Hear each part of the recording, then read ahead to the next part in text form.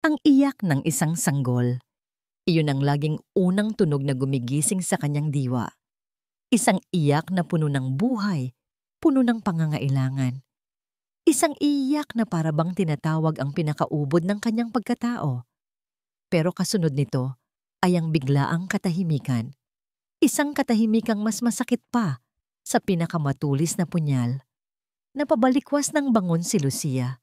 Hinahabol ang kanyang hininga. Ang kanyang dibdib ay mabilis ang pagtaas-baba. At ang manipis niyang damit ay basang-basa ng pawis. Kahit pamalamig ang hangin mula sa bukas na bintana ng boss. Napapikit siya ng mariin. Panaginip. Isa na namang masamang panaginip. Ang kanyang mga kamay ay naikuyom sa ibabaw ng kanyang kandungan. Hinahanap ang isang bigat na matagal nang wala. Ang pakiramdam ng isang maliit na katawan sa kanyang mga bisig. Ngunit wala siyang nakapa, kundi ang lamig ng hangin at ang pamilyar na kirot ng kawalan. Ito ang dahilan kung bakit siya narito. Sa isang bus, na patungo sa isang lugar na hindi niya alam. Tatanggapin ang isang trabahong hindi niya pinangarap. Para takasan ang mga alaalang bumubulong sa kanya tuwing gabi. Para subukang kalimutan ang tunog ng katahimikang yon. Ang dambuhalang tarangkahan ng Hacienda El Paraiso ay tila isang halimaw na nakanganga. Handa siyang lamunin ng buo. Gawa ito sa itim na bakal na may mga disenyong komplikado at matutulis. Sa likod nito ay isang mahabang daan na nalilinyahan ng mga mayayabong na puno. Maganda, malawak. Ngunit sa paningin ni Lucia, ito ay malamig at nakakatakot. "Dito na po, ma'am," sabi ng driver ng tricycle na naghatid sa kanya mula sa bayan. Dala ang kanyang maliit at lumang bag, pumasok si Lucia sa tarangkahan. Para siyang isang langgam na naligaw sa palasyo ng mga higante. Ang mansyon sa dulo ng daan ay puting-puti, malaki at marangya. Ngunit kahit ang sikat ng araw ay tila hindi kayang painitin ang atmosfera ng lugar. Isang babaeng may edad, matikas ang tindig, at may matalim na mga mata ang sumalubong sa kanya sa malaking pinto. Nakasuot ito ng mamahaling bestida at alahas. Ang kanyang buhok ay perpektong nakaayos. Siya si Senyora Elena Franco, ang tiyahin ng may-ari ng hasyenda. "Ikaw si Lucia?" tanong nito. Ang boses ay kasing lamig ng kanyang tingin. Sinuri siya nito mula ulo hanggang paa na para bang sinusukat ang kanyang halaga. "Opo, ma'am," magalang na sagot ni Lucia, bahagyang napayuko. "Sumunod ka sa akin. Ipapaalala ko lang sa'yo, ang trabaho mo dito ay bilang personal na katulong. Aalagaan mo ang lahat ng pangangailangan ni Javiela, ang anak ni Sir Javier. Walang labis, walang kulang. Malinaw ba?" "Opo, ma'am. Malinaw po." Habang naglalakad sila sa loob ng mansyon na puno ng mga antigo at mamahaling gamit, isang malakas na iyak ng bata ang pumuno sa hangin. Isang iyak na puno ng hinagpis at paghihirap. Napatigil si Lucia. Ang tunog na yon. Tumagos ito sa kanyang puso. Sumimangot si Senyora Elena. "Huwag mong intindihin yan. Sakitin ang batang yan mula ng isilang. Laging umiiyak." Ngunit hindi maialis ni Lucia ang kanyang atensyon. Ang iyak ay nagmumula sa isang silid sa ikalawang palapag. Sinundan niya ang tunog na para bang may isang puwersang hindi niya maintindihan na humihila sa kanya. Pagdating nila sa tapat ng isang pinto, lalong lumakas ang iyak. Dalawang nakaunipormeng yaya ang naroon, halatang hindi alam ang gagawin. Sa gitna ng malaking kama, isang maliit na batang babae, maputla at payat, ang walang tigil sa pag-iyak. "Patahanin niyo siya!" utos ni Senyora Elena sa mga yaya. Ngunit lalo lang lumakas ang pagwawala ng bata. Hindi na napigilan ni Lucia ang kanyang sarili. Dahan-dahan siyang lumapit sa kama. Ang kanyang mga kamay ay kusa na lamang gumalaw. May isang himig na lumabas sa kanyang mga labi. Isang oyaying matagal na niyang ibinaon sa kanyang alaala. Isang himig na para lamang sana sa iisang tao. Ang kanyang boses ay malambing at puno ng kalungkutan. Sa pag-awit niya, unti-unting humina ang pag-iyak ng bata. Ang maliliit na mga mata nito, na puno ng luha, ay tumitig sa kanya. Mga matang tila may sariling hiwaga, tila may hinahanap. Itinigil ni Lucia ang pag-awit. Ang buong silid ay nabalot ng katahimikan. Maingat niyang hinawakan ang maliit na kamay ng bata. Mainit ito. Buhay na buhay. At sa sandaling iyon, sa harap ng nagtatakang mga yaya at ng nanlilisik na mga mata ni Senyora Elena, ang batang nagngangalang Javiela ay bumulong. Isang salita. Dalawang pantig. Isang salitang bumasag sa puso ni Lucia at nagpatindig sa lahat ng balahibo sa kanyang katawan. Mama, ang hapagkainan ng mga Franco ay palaging isang lugar ng malamig na pormalidad. Ang tunog lamang ng mga kubyertos na tumatama sa mamahaling plato ang maririnig. Ngunit ngayong gabi, ang katahimikan ay binasag ng tinig ni Senyora Elena. Hindi ako mapanatag sa sobrang pagiging malapit ng katulong na yon kay Javiela, Javier. Simula niya, habang maingat na hinihiwa ang kanyang pagkain. Isang katulong lang siya, baka kung ano ang isipin ng bata. Tumingin si Javier mula sa kanyang plato. Sa tabi niya, si Javiela ay tahimik na kumakain, isang bagay na halos isang milagro. Karaniwan, kailangan pa itong pilitin o takutin para lamang makakain ng ilang subo. Ngayon, tila may sarili itong gana. Ano po ang gusto ninyong iparating, tita? Mahinahon niyang tanong, ngunit may bahid ng pagiging depensibo sa kanyang boses. Ang sinasabi ko lang, kailangan niyang malaman ang kanyang lugar. Masyado siyang nagiging kampante. Ang pag-aalaga sa bata ay trabaho, hindi personal na misyon.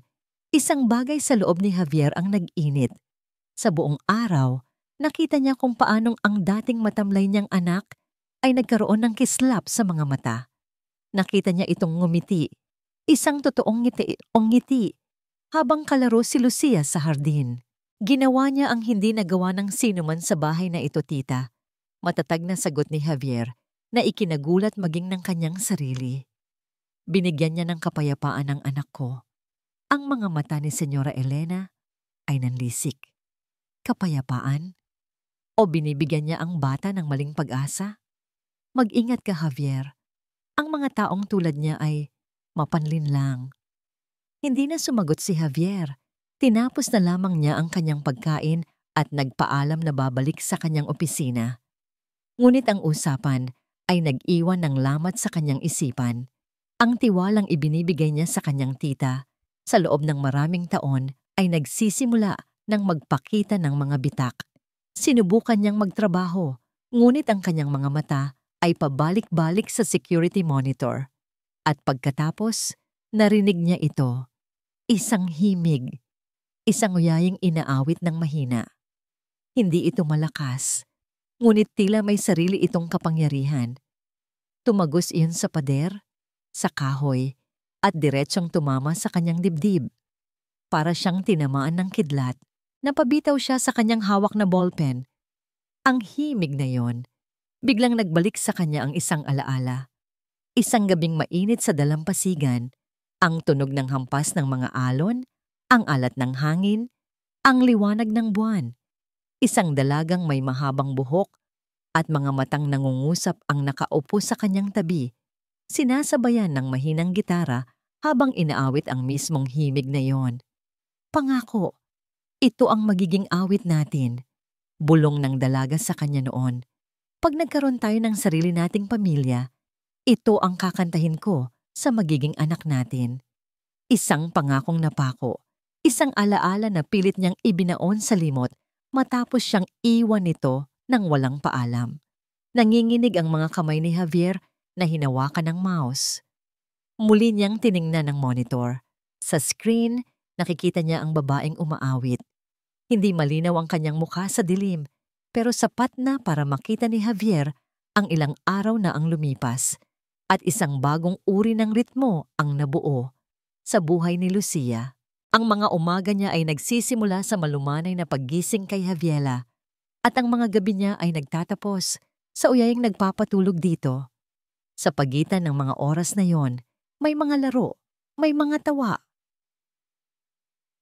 Mga tunog na dati ay dayuhan sa mga pader ng mansyon. Sa kauna-unahang pagkakataon, sa loob ng mahabang panahon, naramdaman ni Lucia ang isang hibla ng kapayapaan. Ang kirot sa kanyang dibdib ay hindi nawala.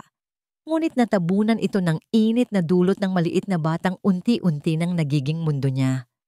Ngunit alam niyang ang kapayapaang ito ay tulad lamang ng isang manipis na yelo sa ibabaw ng malalim at madilim na tubig. At ang bigat ng tingin ni Senyora Elena ay sapat na para basagin ito anumang sandali. Ang sandaling iyon ay dumating isang hapon. Nasaan ang hikaw ko? Ang boses ni Senyora Elena ay matigas at malakas. Umalingaw-ngaw sa sala kung saan naglalaro sina Lucia at Javiela. Nakatayo ito sa paanan ng malaking hagdanan. Ang kanyang mga kamay ay nasa baywang. Ang hikaw kong may diamante. Iniwan ko yon sa maliit na mesa sa tabi ng aking kama kagabi. Ngayon ay wala na. Lahat ng mga katulong na naroon ay natigilan. Tumingin si Senyora Elena sa kanilang lahat, ngunit ang kanyang mga mata ay huminto at dumapo kay Lucia. Isang tingin na puno ng akusasyon. Ikaw, sabi nito, itinuon ang daliri kay Lucia. Ikaw ang huling pumasok sa aking silid para maglinis. Tumayo si Lucia, ang puso niya ay nagsimulang kumabog ng mabilis. Hindi po, ma'am. Hindi po ako kumukuha ng hindi sa akin. Ganoon ba? Isang mahirap na taga-probinsya na biglang napunta sa isang mansyon na puno ng kayamanan. Sabihin mo sa akin, hindi ka ba natutukso? Ang mga salita ay parang mga sampal. Naramdaman ni Lucia ang pag-init ng kanyang mga pisngi. Si Javiela, na nakakaramdam ng tensyon, ay tumakbo at yumakap sa kanyang binti. Pagsabihan mo ang lahat ng katulong na pumila. Hahalughugin ko ang bawat kwarto, ang gamit ng lahat. Sigaw ni Senyora Elena. Sa gitna ng kaguluhan, biglang nanghina si Javiela. Binitawan nito ang pagkakayakap sa binti ni Lucia. Ang kanyang muka ay biglang namula at ang kanyang mga mata ay pikit-kipot. Javiela, tawag ni Lucia, agad na lumuhod para saluhin ang bata. Ang balat ng bata ay nag-aapoy sa lagnat at bago pa man may makakilos, ang maliit na katawan nito ay nanginig at nawalan ng malay. Diyos ko! Sigaw ng isang yaya. Gulat at takot ang biglang pumalit sa galit sa mukha ni Senyora Elena. Tumawag kayo ng ambulansya! Bilis! Ngunit si Lucia ay hindi nataranta. Binuhat niya ang bata. Ang isip niya ay lumipad pabalik sa mga turo ng kanyang lola. Hindi po kailangan. Kailangan lang nating pababain ang lagnat niya. Kumuha kayo ng maligamgam na tubig at malinis na bimpo. Sino ka para mag-utos dito? Sigaw ni Elena. Huwag mong hawakan ng bata. Pero sa gitna ng kanyang pagkahimatay, isang pangalan ang paulit-ulit na binubulong ni Javiela. Mama, Mama Lucia. Dumating si Javier na naalarma ng mga sigaw. Nakita niya ang eksena, ang kanyang anak na walang malay sa mga bisig ni Lucia at ang kanyang tita na nagwawala. Anong nangyayari dito? Ang batang ito ay nilalagnat ng mataas, sabi ni Elena. At itong babaeng ito ay ayaw siyang bitawan. Hindi pinansin ni Lucia si Elena. Tumingin siya diretso kay Javier. Ang kanyang mga mata ay puno ng pagsusumamo at determinasyon. Sir Javier, magtiwala po kayo sa akin. Alam ko po ang gagawin ko. Nag-alinlangan si Javier, ngunit nang makita niya ang desperasyon sa mukha ni Lucia at marinig ang mahinang pagtawag ng kanyang anak, may kung anong nagbago sa kanya. Gawin ninyo ang sinabi niya. Utos ni Javier sa ibang mga katulong Isang desisyong nagpanganga kay Senyora Elena. Ilang sandali pa, dumating si Dr. Ricardo, ang matagal ng doktor ng pamilya. Sinuri niya ang bata, habang si Lucia naman ay maingat na pinupunasan ng maligamgam na tubig ang noo, leeg, at mga singit ni Javiela. Napansin ni Lucia na tila iniiwasan ng doktor ang kanyang mga tingin. May kaba sa kilos nito na hindi niya maipaliwanag. Dahan-dahan, sa ilalim ng pag-aalaga ni Lucia, nagsimulang bumaba ang temperatura ni Javiela. Ang paghinga nito ay naging mas maluwag. Ang pamumula ng kanyang mukha ay nabawasan. Nakita ni Javier ang lahat. Nakita niya ang kaibahan ng tunay na pag-aalala ni Lucia kumpara sa pagpapanik lamang ng kanyang tita. Nang sa wakas ay bumukas ang mga mata ni Javiela at hinanap ang kamay ni Lucia. Doon na nagpa siya si Javier. Humarap siya kay Senyora Elena. Ang kanyang boses ay kalmado, ngunit may bigat na hindi matitinag. Siya ay mananatili, deklara niya, para kay Javiela. Ang gabi ay malalim na, nang tuluyang maging mahimbing ang tulog ni Javiela. Iniwan ni Javier si Lucia sa silid para magbantay. Ang isyu tungkol sa nawawalang hikaw ay tila pansamantalang nakalimutan na. Habang pinagmamasdan ni Lucia ang payapang mukha ng bata, may kung anong nag-udyok sa kanya na ayusin ang ilang hibla ng buhok na tumatakip sa tainga nito. Maingat niyang inalis ang buhok at doon, sa likod ng maliit na tainga ni Javiela, nakita niya ito. Isang maliit na balat, isang nunal na perpektong hugis bituin. Napahawak si Lucia sa kanyang bibig. Ang hangin ay tila ninakaw mula sa kanyang mga baga. Nanginginig ang kanyang kamay habang dahan-dahan niyang hinahawi ang sarili niyang buhok. Kinapa niya ang likod ng kanyang sariling tainga. Naroon din ito, ang parehong marka, ang markang sinabi ng kanyang ina na tanda ng kanilang lahi. Ang tibok ng kanyang puso ay huminto. Ang buong mundo ay nawala. Tanging ang nakikita niya ay ang maliit na bituin sa balat ng batang nasa kanyang harapan. Ang desisyon ni Javier ay parang isang malaking bato na inihagi sa tahimik na lawa ng Hacienda El Paraiso. Ang mga alon nito ay ramdam sa bawat sulok ng mansyon. Ang mga katulong ay nagbubulungan. At si Senyora Elena ay nagpakita ng isang malamig na katahimikan na mas nakakakilabot pa kaysa sa kanyang mga sigaw. Hindi siya pinansin ni Javier. Sa unang pagkakataon, pinili niyang sundin ang kanyang sariling kutob kaysa sa payo ng tiyahin na kumupkop sa kanya. Ang imahe ng marka sa likod ng tainga ni Javiela na ikinuwento sa kanya ng isang yaya ay hindi maalis sa kanyang isip. Idagdag pa ang himig ng uyaying iyon. Hindi ito maaaring maging isang pagkakataon lamang. Kinabukasan, habang nasa opisina, gumawa siya ng isang tawag sa isang matalik na kaibigan na nagtatrabaho bilang investigador. "Pare, kailangan ko ng tulong mo," sabi niya sa telepono. Ang boses ay mahina. "May isang babae dito? Ang pangalan niya ay Lucia Reyes. Pakicheck mo naman ang background niya. Taga San Nicolas siya. Gusto kong malaman ang lahat." Hindi na niya kailangang maghintay ng matagal. Pagkalipas ng ilang oras, tumunog ang kanyang cellphone. "Javier, kumpirmado," sabi ng kaibigan niya sa kabilang linya. Lucia Reyes, mula sa San Nicolas. Walang criminal record. Ngunit may isang impormasyon akong nakuha mula sa isang lumang ospital doon. Ilang taon na ang nakalipas, nanganak siya sa isang sanggol na babae. Pero idineklarang namatay ang sanggol ilang oras lang matapos isilang. Parang may humaplos na yelo sa puso ni Javier, namatay ang sanggol. Ang sakit na naramdaman niya para kay Lucia ay bigla ang sumidhi. Ngunit ang impormasyon ay nagsilbing huling piraso ng puzzle na bumuo sa kanyang isipan. Siya nga, hinanap niya si Lucia. Nakita niya itong nag-iisa sa hardin, dinidiligan ang mga puting rosas habang si Javiela ay natutulog sa loob. Ang sikat ng araw sa hapon ay tumatama sa kanyang buhok, nagbibigay dito ng isang ginintuang sinag.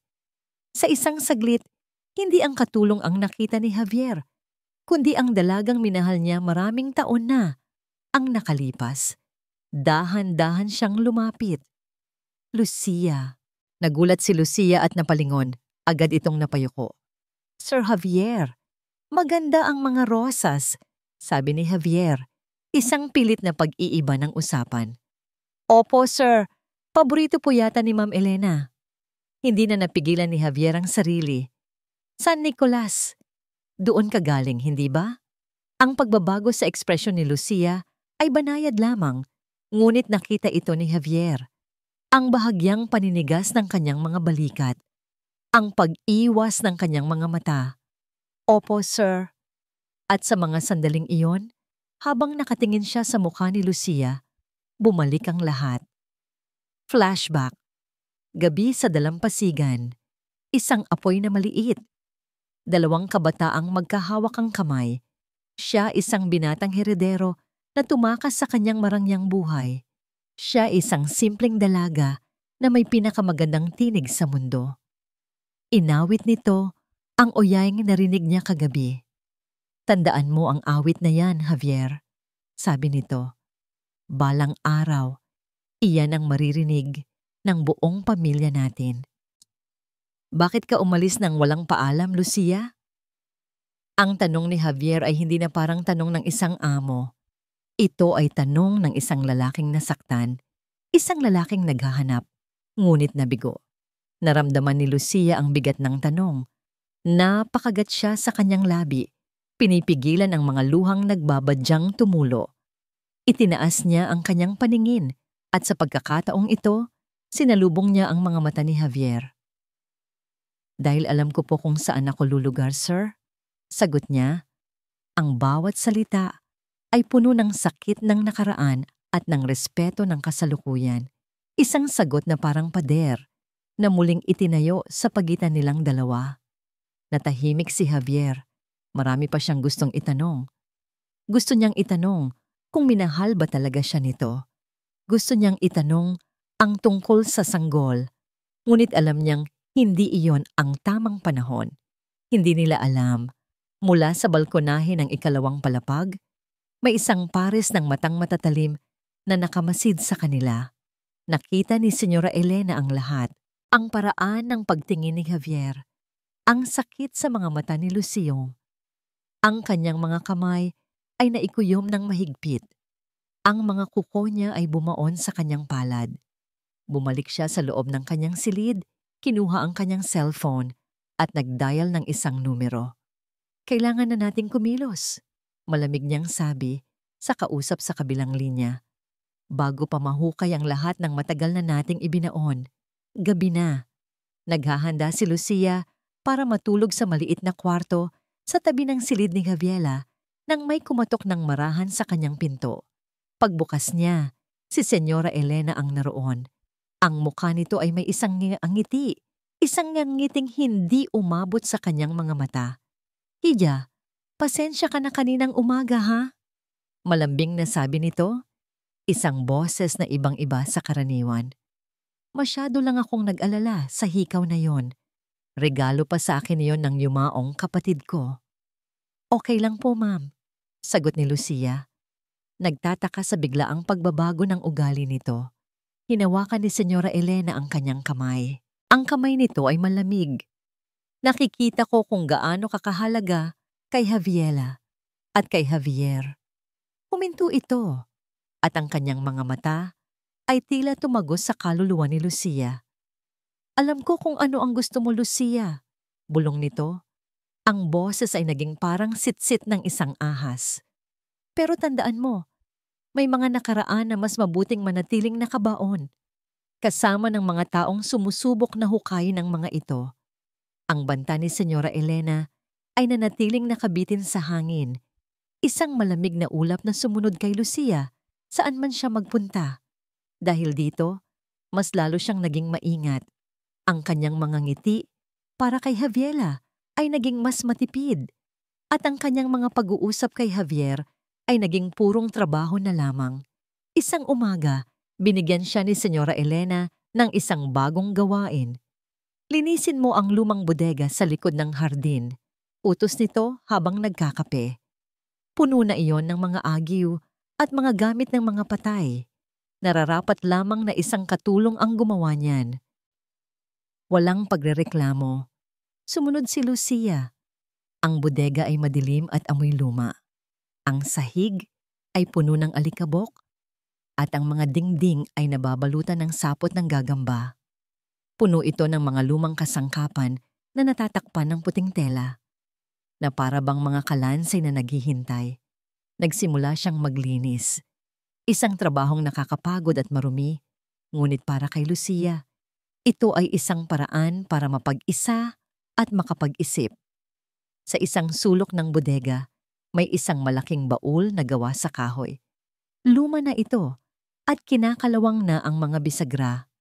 Dahil sa kuryosidad, sinubukan niyang buksan ito. Matigas, ngunit sa kaunting puwersa, bumukas ito na may kasamang alatiit. Ang loob nito ay puno ng mga lumang damit at gamit. May isang bestidang kupas na, mga sapatos na luma, at mga librong naninilaw na. Nang hahalongkatin na sana niya ang ilalim, may nakapa siyang isang bagay na malambot. Hinila niya ito palabas. Isang kumot, isang maliit na kumot na pambata. Ang kulay nito ay kupas na dilaw. Ngunit kahit sa dilim ng bodega, alam na alam ni Lucia kung ano ang hawak niya. Ang kanyang mga daliri ay nanginginig habang sinusundan nito ang mga burda sa tela. 3 maliliit na araw at sa gitna, isang letrang L. Ang hangin ay ninakaw mula sa kanyang mga baga. Ang kumot na ito, siya ang gumawa nito. Bawat tahi, bawat burda.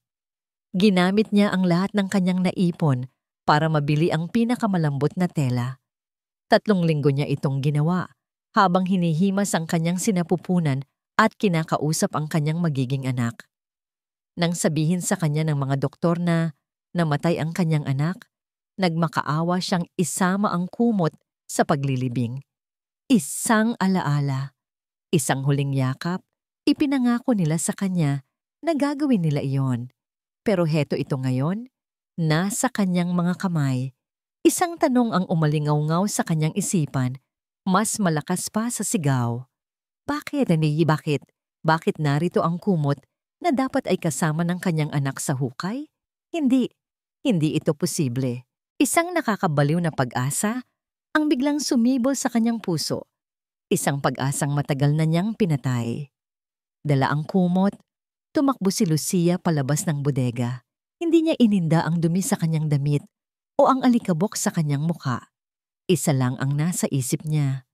Kailangan itong makita ni Javier. Natagpuan niya sina Javier at Senyora Elena sa sala. Nag-uusap. Humahangos si Lucia na humarap sa kanila.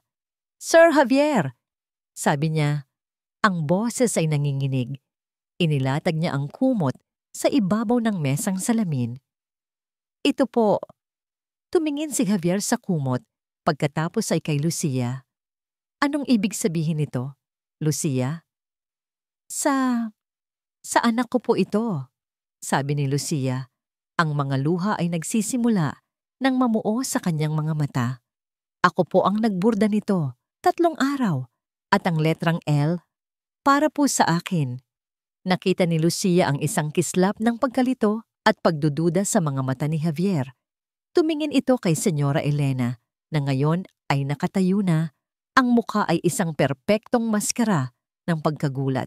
Biglang tumawa si Senyora Elena, isang tawang walang saya. "Diyos ko, Lucia," sabi nito, umiiling-iling. "Ang obsession mo ay lumalala na." "Totoo po ang sinasabi ko." Giit ni Lucia, ang kanyang boses ay tumaas na. "Ito ang patunay." "Patunay?" Ulit ni Senyora Elena. At pagkatapos, ang kanyang mga mata ay biglang napuno ng luha. Isang napakagaling na pag-arte. "Javier, pamangkin, ang kumot na yan." Tumingin siya kay Javier. Ang kanyang mukha ay puno ng pighati. "Ang yumaong asawa mo. Mahilig siyang bumili ng mga gawang kamay sa mga charity fair para makatulong. Ang kumot na yan ay isa sa mga binili niya. Nakita ko yan sa mga gamit niya nang siya ay pumanaw. Itinago ko sa baul na yon para hindi mo na makita at maalala ang sakit. Humarap siya kay Lucia. Ang kanyang boses ay puno ng galit at hinanakit. At ngayon, gagamitin mo ang isang bagay na pagmamay-ari ng patay para sa iyong mga kasinungalingan? Wala ka bang kahihiyan? Ang mga salita ay tumama kay Lucia na parang mga suntok. Natigilan siya. Tumingin siya kay Javier, nagmamakaawa ang kanyang mga mata na maniwala ito sa kanya. Ngunit ang nakita niya sa mukha ni Javier ay ang pagkalito na dahan-dahang nagiging pagkadismaya. Si Javier, na nasa pagitan ng isang babaeng halos ngayon niya lang nakilala at ng tiyahing nag-alaga sa kanya buong buhay niya, pinili niyang maniwala sa kasinungalingan na binalot sa pamilyar na pagmamahal. Tumigas ang mukha ni Javier. Ang kislap ng pag-asa na nakita ni Lucia kanina ay ganap ng naglaho. Tama na, Lucia, sabi ni Javier. Ang kanyang boses ay malamig at walang emosyon. Ang bawat salita ay parang isang patak ng lason sa puso ni Lucia. Huwag mong gamitin ang sakit na nararamdaman mo para sirain ang pamilya ko. Tumingin siya sa kumot, pagkatapos ay sa mga mata ni Lucia. Ito na ang huling beses na gusto kong marinig ang tungkol dito. Sa mga salitang iyon, gumuho ang mundo ni Lucia. Ang kumot, ang kanyang nag-iisang piraso ng pag-asa, ay tila naging abo sa kanyang paningin. Ang mga salitang binitiwan niya kay Lucia ay bumalik at sinaksak si Javier sa kanyang sariling konsensya. Ito na ang huling beses na gusto kong marinig ang tungkol dito. Paulit-ulit na umalingaw-ngaw iyon sa kanyang isipan habang nakatitig siya sa kawalan sa loob ng kanyang opisina. Ang baso ng ngalak sa kanyang kamay ay hindi nagagalaw. Gabi na at ang buong mansyon ay tahimik, ngunit ang kanyang isipan ay maingay. Sinabi niya iyon, ngunit hindi niya iyon pinaniniwalaan. Ang mukha ni Lucia nang ipakita nito ang kumot, puno yon ng isang desperadong pag-asa na hindi kayang pekein ng sinuman. Ang sakit sa mga mata nito nang talikuran niya ito, iyon ay totoo.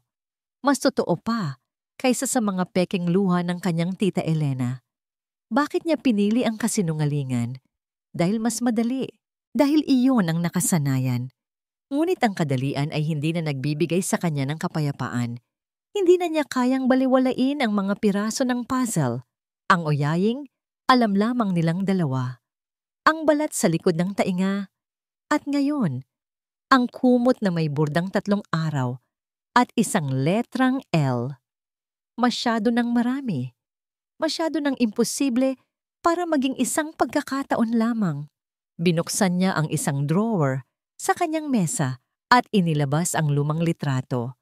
Ang dalagang nakangiti doon ay tila nangungusap sa kanya, tinatanong kung bakit siya nagdududa. Sa isang iglap, nagdesisyon siya. Itinabi niya ang litrato, kinuha ang kanyang cellphone at nag-dial ng isang numero mula sa isang lumang contact list. Marco? Javier to, sabi niya nang may sumagot sa kabilang linya. Gising ka pa ba? Kailangan ko ng pabor. Isang pabor na kailangan nating ilihim. Samantala, isang anino ang gumapang sa hardin ng mansyon. Isang utusan, ang hardinero, ang maingat na pumasok sa quarters ng mga katulong. Sa ilalim ng utos ni Senyora Elena, itinago niya ang isang makapal na sobrang puno ng pera sa ilalim ng kutsyon sa silid ni Lucia. Mabilis at tahimik ang kanyang mga kilos, tulad ng isang ahas sa damuhan. Kinabukasan, naramdaman ni Javier ang bigat ng kanyang mga desisyon. Sinunod ni Lucia ang kanyang utos. Nagtayo ito ng isang pader sa pagitan niya at ni Javiela. Tinatrato niya ang bata na may propesyonal na pag-iingat, ngunit wala na ang init. Wala na ang mga ngiti, wala na ang mga yakap. At si Javiela, naramdaman ito ng bata. Bumalik ang kanyang pagiging matamlay. Ayaw na naman niyang kumain. Sa gabi, Umiiyak ito at hinahanap ang Mama Lucia na biglang naging malamig sa kanya. Bawat iyak ni Javiela ay parang isang karayom na tumutusok sa puso ni Javier. Ito ang pinakamalinaw na ebidensya para sa kanya. Ang koneksyon ng dalawa ay totoo. At siya, sa kanyang karuwagan, ang sumisira dito. Hapon na nang muling tumawag si Marco. Nasa gitna ng pag-aaral ng mga dokumento ng kumpanya si Javier. Javier, may nakuha na ako, sabi ni Marco. Ang boses ay seryoso na isang bagay na malaki. Napaupo ng tuwid si Javier. Ano yon? Ang birth certificate ni Javiela. Ipinasuri ko sa isang handwriting expert. Ang pirma ng doktor na nagpaanak, si Dr. Ricardo. May mga senyales na ito ay kinopya lamang.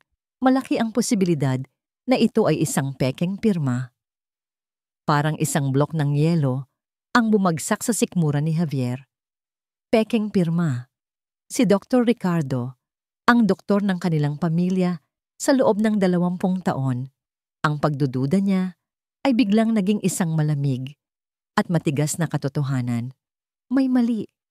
Isang bagay na napakalaki at napakadilim ang itinatago sa kanya. May isa pa, dagdag ni Marco. Pero kailangan ko pa ng mas maraming oras para dito. Ang tungkol sa pagkamatay ng asawa mo. Ngunit hindi na natapos ni Marco ang kanyang sasabihin. Isang komosyon mula sa labas ng opisina ang pumutol sa kanilang pag-uusap. Mga boses, mga yapak na nagmamadali. Marco, tatawagan kita ulit, sabi ni Javier. At mabilis na ibinaba ang telepono. Binuksan niya ang pinto ng kanyang opisina. Ang kanyang nakita ay nagpatigil sa pagtibok ng kanyang puso. 2 unipormadong pulis ang naglalakad sa pasilyo, kasama si Senyora Elena na may ekspresyon ng isang nag-aalalang biktima. Anong nangyayari dito? Tanong ni Javier. Humarap si Senyora Elena sa kanya. Ang mga mata ay nagbabaga. Javier, mabuti at narito ka. Ang babaeng iyon, ninakawan niya ako. Ang perang itinabi ko para sa mga bonus ng mga trabahador, nawawala.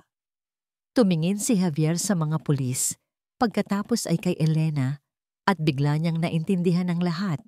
Ito na ang huling plano, ang huling pako sa kabaong ni Lucia. Saan ninyo siya dadalhin? Tanong ni Javier. Ang boses ay halos hindi lumabas. Sa kwarto niya, sir. Sagot ng isang pulis. Doon po namin sisimulan ang paghahanap. At walang magawang napatingin si Javier habang ang mga pulis ay naglakad ng diretso patungo sa silid kung nasaan si Lucia. Si Lucia ay kasalukuyang nagtutupi ng mga damit ni Javiela nang biglang bumukas ng malakas ang pinto ng kanyang silid. Pumasok ang 2 pulis. Sa likod nila ay si Senyora Elena. Ang kanyang mukha ay isang maskara ng matuwid na galit. At sa pinakalikod, nakatayo si Javier. Ang mukha ay blanco at hindi mabasa. Ano pong problema? Tanong ni Lucia. Ang puso niya ay agad na kinabahan. Miss Reyes, iniimbitahan ka naming sumama sa presinto. Sabi ng isang pulis sa formal na tono. May alegasyon ng pagnanakaw laban sa iyo. Pagnanakaw? Ulit ni Lucia, hindi makapaniwala. Wala po akong ninanakaw. Iyan ang sinasabi ng lahat ng magnanakaw. Malamig na sabi ni Senyora Elena mula sa pintuan. Mga pulis, halughugin ninyo ang silid na ito. Sigurado akong narito lang ang pera. Walang nagawa si Lucia, kundi manood habang ang kanyang munting silid ay ginulo ng mga pulis. Ang kanyang mga damit ay inilabas sa aparador. Ang kanyang mga gamit ay pinagbabaliktad. Ang bawat kilos nila ay parang isang paglapastangan sa kanyang dignidad. At pagkatapos, isa sa mga pulis ang lumuhod at dinukot ang isang bagay mula sa ilalim ng kanyang kama. Isang makapal na sobrang kulay kape. Binuksan ito ng pulis sa harap nilang lahat. Ang loob nito ay puno ng mga tig-1,000 piso. Ito ba ang hinahanap ninyo, ma'am? Tanong ng pulis kay Elena. Oo, iyan nga. Tila nagtagumpay na, sabi ni Elena. Napatulala si Lucia. Hindi. Hindi maaari. Hindi niya alam kung paano napunta yun doon. Tumingin siya kay Javier. Ang kanyang mga mata ay sumisigaw ng tulong. Nagmamakaawang maniwala ito sa kanya. Sir Javier, hindi po sa akin yan. Hindi ko po alam. Ngunit bago pa man makasagot si Javier, humakbang pasulong si Senyora Elena. May inabot siyang isa pang folder sa mga pulis. At hindi lang iyan, sabi ni Elena. Mayroon pa akong mas nakakabahalang impormasyon tungkol sa babaeng ito. Ipina-background check ko siya. Javier, para na rin ito sa kaligtasan nating lahat, lalo na ni Javiela. Binuksan ng pulis ang folder. Sa loob ay mga peking dokumento. Isang psychological evaluation report na nagsasabing si Lucia Reyes ay may maternal obsession complex at mapanganib kapag malapit sa mga bata. Sinasabi doon na may kasaysayan siya ng pagnanakaw dahil sa kanyang delusions. Ang bawat salita na binabasa ng pulis ng malakas ay parang isang pako na ibinabaon sa kanyang pagkatao. Ito ay isang perpektong bitag, isang perpektong pagkakasala. Javier, sabi ni Elena. Ang kanyang boses ay puno ng peking pag-aalala. Ang isang babaeng may ganitong kondisyon, isang babaeng napatunayang nagnanakaw. Paano natin siya hahayaang manatili sa iisang bubong kasama ng ating inosenteng Javiela? Paano kung saktan niya ang bata? Iyon na ang huling salita na bumasag sa anumang natitirang lakas sa loob ni Javier. Ang kaligtasan ni Javiela, iyon ang kanyang pinakamalaking kahinaan. Ang takot na baka may mangyaring masama sa kanyang anak ay mas matimbang kaysa sa nag-aalangan niyang tiwala kay Lucia. Iniiwas niya ang kanyang tingin. Hindi niya kayang salubungin ang mga mata ni Lucia na puno ng sakit at pagtataksil. Tumingin siya sa sahig at sa isang boses na halos hindi marinig, sinabi niya ang mga salitang wawasak sa mundo ni Lucia. Umalis ka na, Lucia. Parang isang suntok sa sikmura ang naramdaman ni Lucia. Mas masakit pa kaysa sa akusasyon ng pagnanakaw, ang pagtalikod ng lalaking sinimulan na niyang pagtiwalaan. Umalis ka na, ulit ni Javier. Mas malakas na ngayon na para bang kinukumbinsin niya ang kanyang sarili. Para sa kaligtasan ng anak ko, hindi na umiyak si Lucia. Ang kanyang mga luha ay natuyo na. Ang natira na lamang ay isang malamig at basag na pakiramdam sa kanyang dibdib. Pinahintulutan niyang hawakan ng mga pulis ang kanyang mga braso. Habang inilalabas siya sa pasilyo, dumaan sila sa silid ni Javiela. Dahil sa ingay, nagising ang bata. Tumayo ito sa kanyang kuna, ang kanyang maliit na muka ay puno ng pagkalito. Mama, Lucia, tawag nito. Ang boses ay mahina. Sa huling pagkakataon, lumingon si Lucia. Tinitigan niya ang bata. Sinisikap na isaulo ang bawat detalye ng mukha nito. Ito na ang huli. Ipinagkait na naman sa kanya ang pagkakataong maging isang ina. Dinala siya palabas ng mansyon, palabas ng malaking tarangkahan. Bago siya isakay sa sasakyan ng pulis, sumulyap siya pabalik sa huling pagkakataon. Sa bintana ng ikalawang palapag, nakita niya si Javiela. Ang mukha nito ay nakadikit sa salamin. Umiiyak ng walang tunog. Samantala, naiwang nakatayo sa pasilyo si Javier, parang isang estatwang bato. Ang tunog ng pag-iyak ng kanyang anak mula sa silid ay parang mga kutsilyong tumatarok sa kanyang dibdib, ngunit hindi niya magawang gumalaw. Naramdaman niya ang kamay ni Senyora Elena sa kanyang balikat. Ginawa mo ang tama, Javier. Ginawa mo ang tama. Sa mga sandaling iyon, halos maniwala na siya. Ngunit biglang nag-ring ang kanyang cellphone sa kanyang bulsa. Ang ingay ay parang isang alarma na gumising sa kanya mula sa isang masamang panaginip. Kinapan niya ito, ang kanyang mga kamay ay nanginginig. Nakita niya ang pangalan ni Marco sa screen. Sinagot niya ito. Javier, nasaan ka? Ang boses ni Marco ay apurado at puno ng pag-aalala. Marco, ang tanging nasabi ni Javier, huwag kang maniniwala sa kahit anong sabihin ni Senyora Elena. Mabilis na sabi ni Marco. Ang mga dokumento, peke ang mga yon, pero hindi iyon ang importante. Javier, ang record ng pagkamatay ng asawa mo. Huminto si Marco para huminga, na lalong nagpakaba kay Javier. Hindi iyon aksidente. May witness ako. Isang nurse na matagal na nahimik dahil sa takot. Pinutol ang preno ng sasakyan niya, Javier. It was a setup. Pinutol ang preno ng sasakyan niya, Javier. It was a setup. Ang mga salita ni Marco ay parang isang palakol na bumaon sa bungo ni Javier. Ang kamay ni Senyora Elena sa kanyang balikat, na kanina lang ay parang isang pag-alo, ay bigla niyang naramdaman na parang isang malamig at makamandag na galamay ng ahas. Nabitawan niya ang kanyang cellphone. Bumagsak ito sa mamahaling sahig na gawa sa marmol. Ang tunog ay umaling-ongaw sa nakakabinging katahimikan. Javier, ayos ka lang? Tanong ni Elena. Ang boses ay nag-aalala pa rin. Dahan-dahang lumingon si Javier. Tinitigan niya ang mukha ng babaeng nag-alaga sa kanya.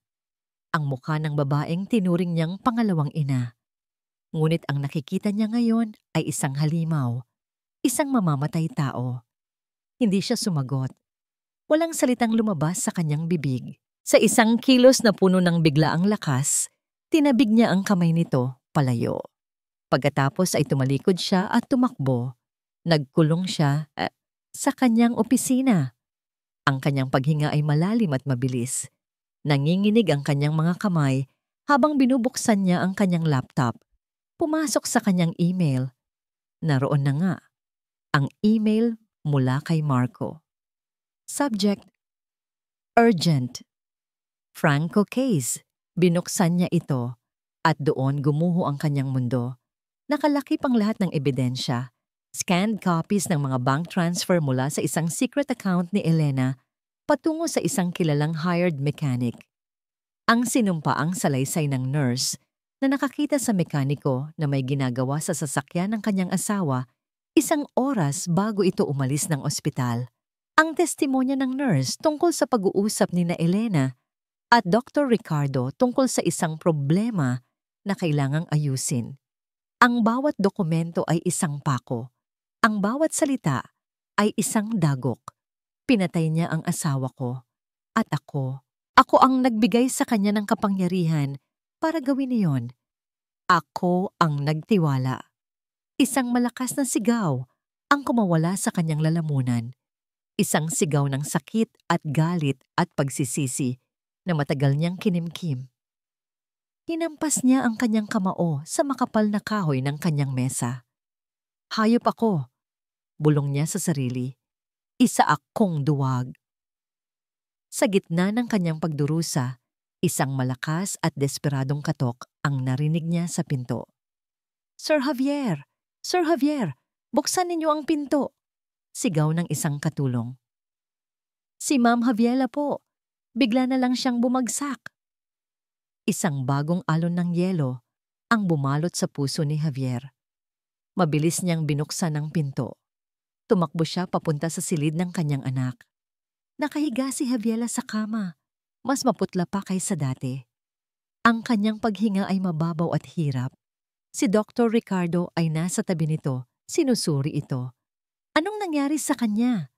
Sigaw ni Javier. Umiling si Dr. Ricardo. Ang mukha ay puno ng pag-aalala. Hindi ko alam. Bigla na lang bumagsak ang lahat ng vital signs niya. Parang sumusuko na ang katawan niya. Parang ayaw na niyang lumaban. At sa gitna ng kanyang pagkahina, bumuka ang bibig ni Javiela. Isang pangalan ng kanyang binulong, paulit-ulit, na parang isang panalangin. Mama. Mama Lucia. Doon na napuno ang salop. Hinarap ni Javier si Dr. Ricardo. Hinawakan niya ito ng mahigpit sa kwelyo at kinaladkad palabas ng silid. Anong ginawa ninyo sa anak ko? Tanong ni Javier. Ang boses ay mahina, ngunit puno ng panganib. Wala, Javier. Wala akong alam. Nanginginig na sabi ng doktor. Magsinungaling ka pa. Sigaw ni Javier. Alam ko na ang lahat. Ang pekeng pirma sa birth certificate. Ang testimonya ng nurse. Sabihin mo sa akin ang totoo o isusumpa ko. Dito ka na magtatapos sa mga kamay ko. Nanginig sa takot si Dr. Ricardo. Nakita niya sa mga mata ni Javier ang isang lalaking wala nang pakialam kung ano man ang mangyari. Si Elena, nautal na sabi ng doktor. Utos niya ang lahat. Ang totoong anak ninyo ng asawa mo. Namatay talaga ito. Mahina ang puso. Pero ang anak ni Lucia, malusog. Nakita ni Elena ang pagkakataon. Ipinagpalit niya ang mga bata. Sinabi niya kay Lucia na namatay ang anak nito. Sinabi niya sa'yo na anak mo si Javiela. Para makontrol niya ang lahat. Patawarin mo ako, Javier. Tinakot niya ako. Binitawan ni Javier ang doktor na parang isang basahan. Ang bawat salita ay isang patunay sa pinakamalalim na hinala ng kanyang puso. Si Javiela, anak nila ni Lucia. Ang babaeng itinaboy niya. Ang babaeng sinaktan niya. Ang ina ng kanyang anak. Tumalikod si Javier at tumakbo palabas ng mansyon. Kasabay ng kanyang paglabas ay ang pagbuhos ng malakas na ulan na parabang nakikidalamhati ang langit. Sumakay siya sa kanyang sasakyan at pinaharurot ito sa dilim at sa lakas ng ulan. Hindi niya alam kung saan siya pupunta. Ang alam niya lang, kailangan niyang mahanap si Lucia. Nagtanong-tanong siya sa presinto, sa mga tindahan sa bayan, hanggang sa may isang matandang nagturo sa kanya sa isang maliit at halos gumuhong ng paupahang bahay sa pinakamahirap na bahagi ng San Nicolas. Bumaba siya ng sasakyan. Basa na ang kanyang damit at buhok.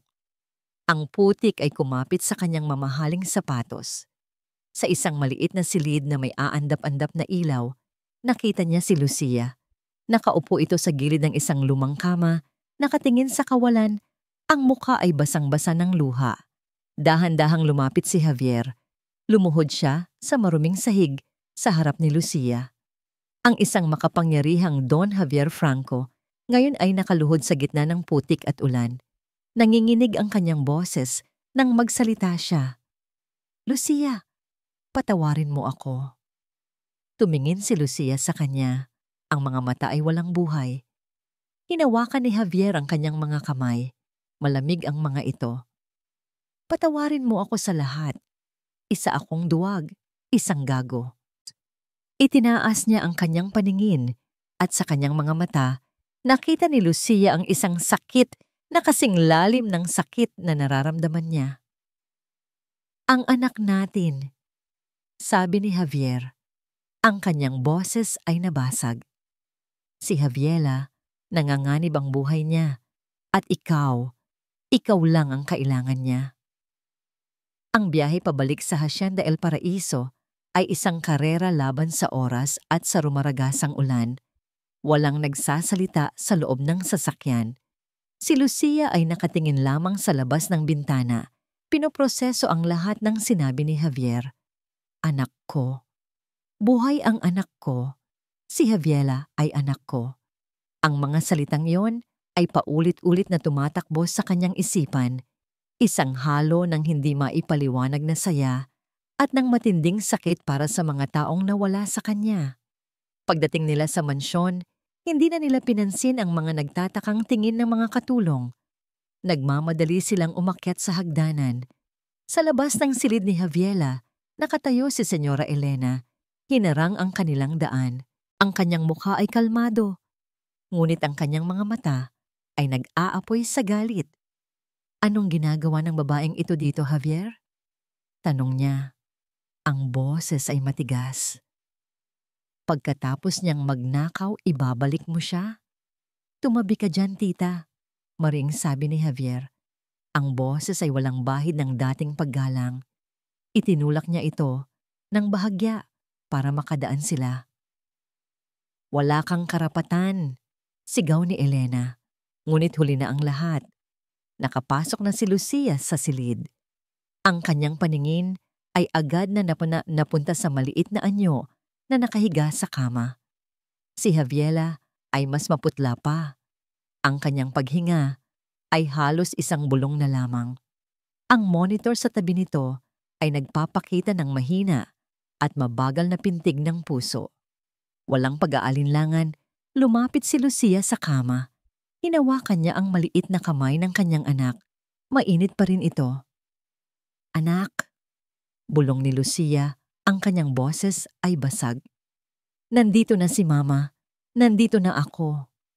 Ikinulong niya ang maliit na kamay sa pagitan ng kanyang dalawang palad. Idinikit niya ito sa kanyang pisngi. Ang kanyang mga luha, na ngayon ay luha ng pag-asa at pagmamahal, ay tumulo sa balat ng bata. Huwag mo akong iwan, anak ko. Please, lumaban ka. At sa ilalim ng kanilang mga nag-aalalang tingin, isang milagro ang nangyari. Ang mga daliri ni Javiela ay bahagyang gumalaw sa loob ng mga kamay ni Lucia. Ang kanyang mga pilik mata ay kumurap. Dahan-dahan iminulat niya ang kanyang mga mata. Hindi na ito blanko. Hinanap ng kanyang mga mata ang pinanggagalingan ng boses. At nang makita niya si Lucia, isang maliit at mahinang nangiti ang sumilay sa kanyang mga labi. Ang linya sa monitor ng puso ay nagsimulang tumibok ng mas malakas, mas regular. Napasigaw sa saya ang isang yaya. Si Javier ay napahawak sa kanyang dibdib. Ang bigat na nararamdaman niya ay tila nabawasan. Ngunit ang sandaling iyon ng pag-asa ay sinira ng isang malamig na boses mula sa pintuan. Nakakaantig! Sarkastikong sabi ni Senyora Elena, pumapalakpak ng dahan-dahan. Isang napakagandang eksena. Ang mag-inang nagkita sa wakas. Humarap sina Javier at Lucia. Nakatayo si Elena doon at sa kanyang mukha, wala nang bakas ng pagkukunwari. Tanging puro galit at kabiguan. Oo, tama ang narinig ninyo. Pagpapatuloy niya, tinatanggap ang kanyang pagkatalo. Siya nga ang anak mo, Lucia.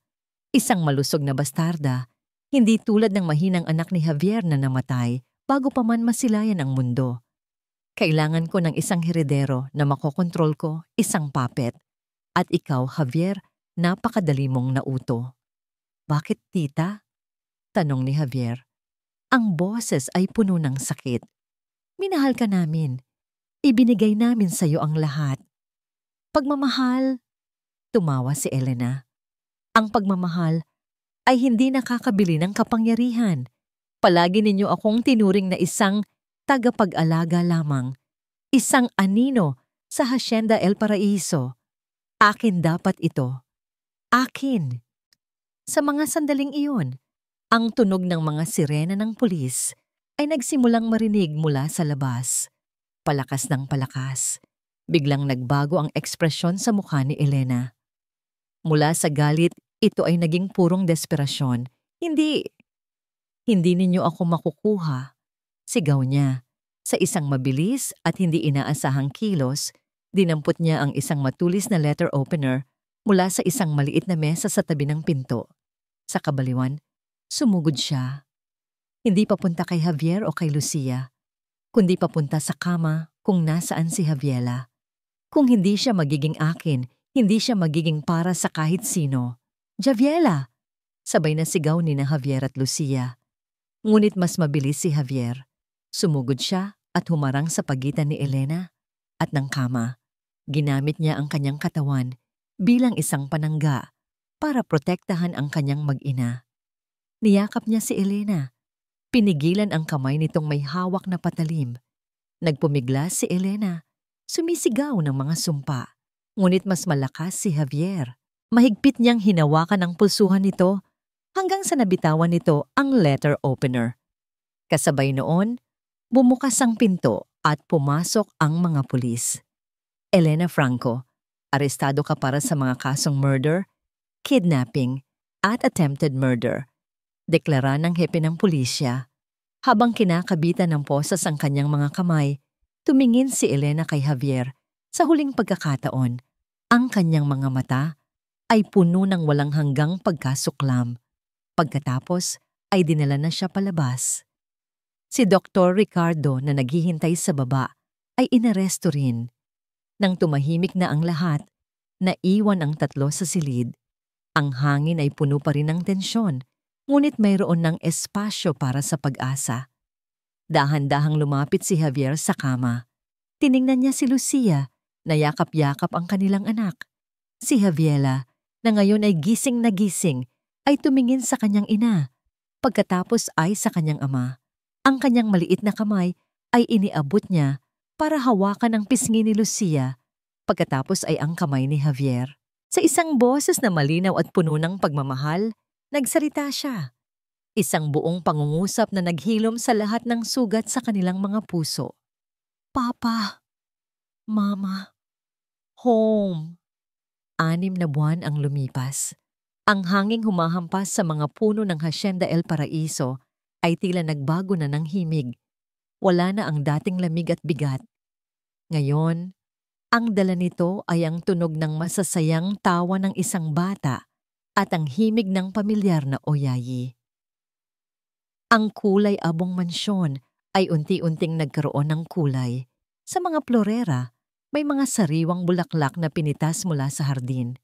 Sa mga pader, may mga bagong litrato, mga litratong hindi na formal at malungkot, kundi puno ng mga ngiti at mga yakap. Si Lucia ay hindi na ang babaeng puno ng takot at lungkot na unang tumapak sa hasyenda. Ang kanyang mga mata ngayon ay may kislap. Ang kanyang mga balikat ay tuwid. Ang kanyang bawat kilos ay may kumpiyansa at pagmamahal ng isang ina na sa wakas ay nabuo. Hindi na siya si Lucia, ang katulong. Siya si Lucia, ang ilaw ng tahanan. Isang hapon, habang abala siyang tumutulong kay Javiela sa pagguhit sa hardin, naramdaman niya ang isang anino sa kanyang likuran. Mukhang may bago na tayong paboritong pintor sa pamilya, sabi ng isang malambing na boses. Napangiti si Lucia nang hindi lumilingon. Javier, kanina ka pa ba dyan? Umupo si Javier sa damuhan sa tabi nila. Tinanggal ang kanyang mamahaling coat at iniluwag ang kanyang kurbata. Hindi na siya ang don na laging formal at malayo. Ngayon, isa na siyang ama na hindi takot madumihan ng lupa at pintura. Papa! Masayang bati ni Javiela at ipinakita ang kanyang ginuhit. Isang larawan ito ng 3 tao na magkakahawak kamay sa harap ng isang malaking bahay sa ilalim ng isang malaking araw. Wow! Sabi ni Javier, "That's the most beautiful house I've ever seen, Princess." Kinuha ni Javiela ang kamay ni Lucia at ang kamay ni Javier at pinagdikit ang mga ito. Pagkatapos ay bumalik siya sa kanyang pagguhit. Iniwan ang 2 matanda na magkahawak pa rin ang mga kamay. Isang komportableng katahimikan ang namagitan sa kanila. Tinitigan nila ang kanilang anak, ang buhay na patunay ng kanilang pag-ibig na sinubok ng panahon at ng kasinungalingan. Lucia, basag ni Javier sa katahimikan, samahan mo ako. May pupuntahan tayo. Dinala siya ni Javier sa isang tahimik na bahagi ng hasyenda, isang lugar na hindi pa napupuntahan ni Lucia. Isang maliit at payapang sementeryo ng pamilya. Sa gitna nito ay isang lapidang puti at malinis. Nakaukit dito ang pangalan ng yumaong asawa ni Javier. Nagulat si Lucia, ngunit sumunod lamang siya. Naglagay si Javier ng isang pumpon ng mga puting bulaklak sa paanan ng lapida. Hindi ko siya magawang kamuhian, mahinang sabi ni Javier, na para bang kinakausap niya ang hangin. Dahil alam kong biktima lang din siya, katulad natin, at alam kong kung nasaan man siya ngayon, masaya siya na si Javiela ay nasa mabuting mga kamay. Humarap siya kay Lucia. Ang kanyang mga mata ay puno ng isang emosyong matagal na niyang itinatago. Bahagi siya ng nakaraan ko, Lucia. Isang nakaraang hindi ko makakalimutan. Ngunit ikaw at si Javiela, Kayo ang aking ngayon at ang aking bukas. Sa ilalim ng papalubog na araw, ang kalangitan ay nagkulay kahel at rosas. Naglakad sila pabalik sa mansyon, magkahawak kamay. Huminto si Javier sa gitna ng hardin ng mga rosas, ang parehong hardin kung saan una niyang tinanong si Lucia tungkol sa kanilang nakaraan. Lucia, sabi niya, humaharap dito. Sa loob ng 6 na buwan, sinubukan nating buuin muli ang nawala sa atin. Pinalitan natin ng tawa ang mga luha. Pinalitan natin ng pagtitiwala ang takot. Hinawakan niya ng mahigpit ang mga kamay nito. Ang Hacienda El Paraiso ay isa lamang pangalan noon. Isang malaking bahay na puno ng malulungkot na alaala. Ngunit mula nang dumating ka, mula nang nabuo tayong tatlo, naging paraiso nga ito. Dahan-dahan, lumuhod si Javier Franco sa damuhan sa harap ni Lucia. Mula sa kanyang bulsa, inilabas niya ang isang maliit na kahon. Binuksan niya ito. Sa loob ay isang simpleng singsing na may isang kumikinang na diamante. Ang mga mata ni Lucia ay napuno ng luha, mga luha ng purong kaligayahan. Lucia Reyes, sabi ni Javier. Ang kanyang boses ay nanginginig sa emosyon. Binigyan mo ako ng pinakamagandang regalo sa lahat, ang ating anak. Hayaan mo naman akong bigyan ka ng aking pangalan. Hayaan mo akong maging asawa mo at ama sa anak natin sa lahat ng araw ng buhay ko. Pakasalan mo ako, Lucia. Hindi na kailangan ng salita. Sa pamamagitan ng kanyang mga luha, tumango si Lucia. Isang tango na sumagot sa lahat ng tanong, naghilom sa lahat ng sugat at nagsimula ng isang bagong kabanata. Oo, Javier, bulong niya. Pakakasalan kita. Isinuot ni Javier ang singsing sa kanyang daliri. Tumayo siya at niyakap siya ng mahigpit. At sa ilalim ng papalubog na araw, sa gitna ng kanilang paraiso, sila ay naghalik. Isang halik na nagpapatunay na ang tunay na pag-ibig at ang tibay ng isang pamilya ay kayang lagpasan ng pinakamadilim na mga kasinungalingan at simulan ng pinakamagandang umaga.